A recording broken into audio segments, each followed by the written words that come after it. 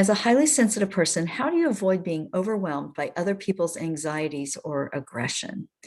You know, it's really, really important that we set limits with ourselves so that when we are engaging with other people, say you have to go to work or school, that you are going into it as your best self, that you've gotten enough sleep, that you haven't been on your screens too much, you haven't had too much caffeine or sugar or whatever the bad nutrition things are that screw you up. You know what they are. I'm not going to say. I just say what's bad for me.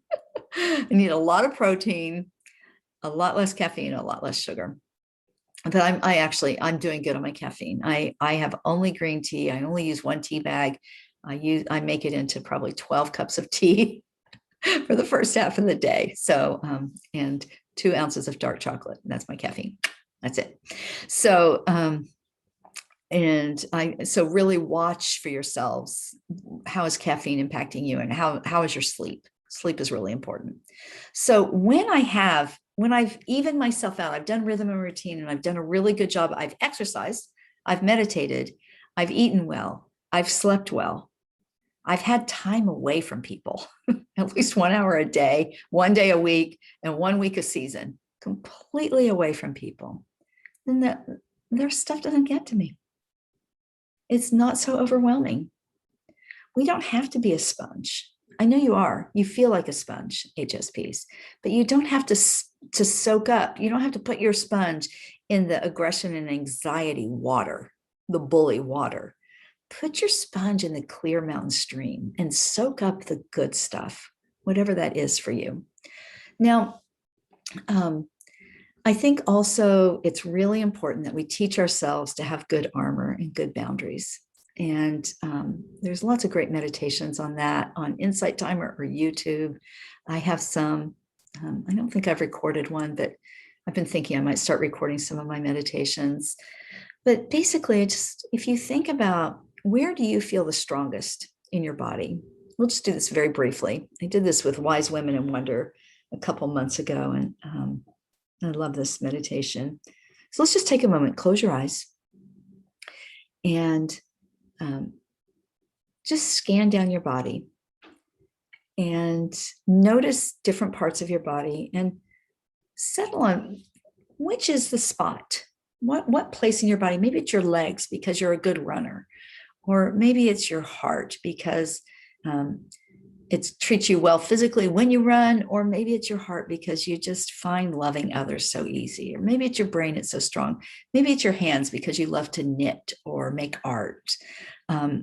What is the one part of your body that's easiest for you to feel grateful for and to feel positive about? So settle on something. It doesn't have to be perfect. You can do this again later in a longer way. Okay, keeping your eyes closed. Take your focus to that part of your body.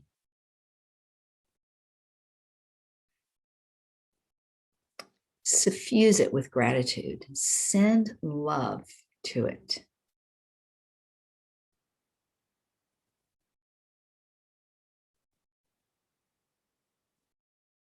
Think about metta or loving kindness. Wish it all good things.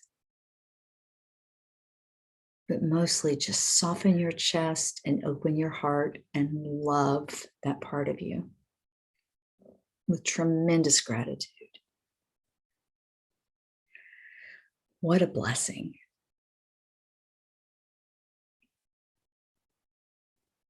Now stay there with that part and that gratitude and that love. And I'd like you to imagine the energy of the gratitude and love combining with that part of your body that you appreciate so much. Maybe let's think of it as a light glowing from it. If you see a warm, appealing, maybe it's cool for you, light glowing in that part of your body. Notice the color and temperature of that light.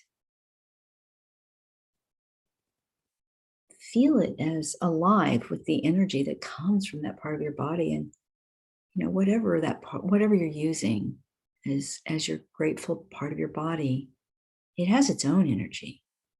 But then when you love and and express gratitude toward it brings even more energy. So feel that light glowing there. Feel the love and the strength. For me, it's warmth of that light. Now allow the light to expand. Imagine that it comes out of your body and it starts to cover all of your body, maybe on the inside too. Start to send trickles and then just almost flood your body with this loving, strong, appreciated light. And let it seep out through your skin if you haven't already gone to the outside. And grow it around your body, this light. See the color, feel the temperature. Let it surround your entire body. Now, how big is it? I have to tell you the truth that I'm an introvert, so I'm going to make my light like a 2-foot out from every part of my body, sort of like a big globe of light surrounding me, 2 feet above my head and 2 feet out the back and out the front and sides, even down into the earth under my feet. And remember the qualities of this light that's around you now. It's strong and capable, loving and grateful.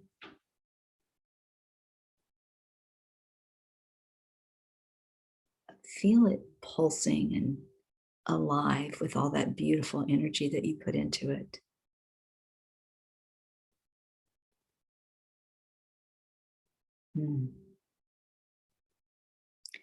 This light is your boundary, your shield, your protection.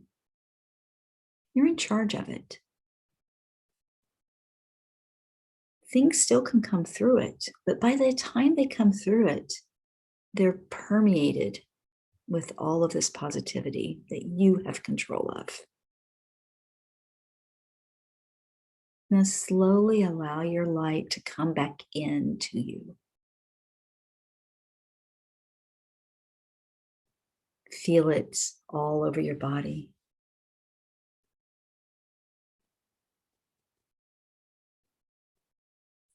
And then we're going to bring it back into a smaller sphere, back where it began, or maybe you would like to bring it into your heart or your mind. Either place. It remains a little bit all over, but I want you to bring it into a contained place.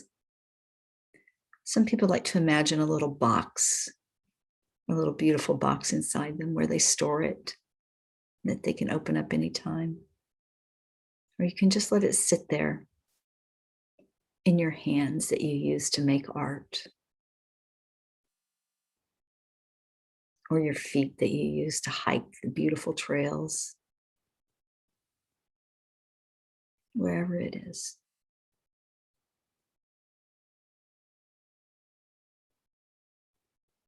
It's always there, and it always will help you. When you have this available to you, then the anxieties of others don't have to get to you. I'm going to tell you something. While your eyes are still closed, start to wiggle your feet and your hands a little bit. And keep your eyes closed while I'm talking. If you're overtired or overwhelmed, you're not going to have as easy a job of accessing the light. It's harder.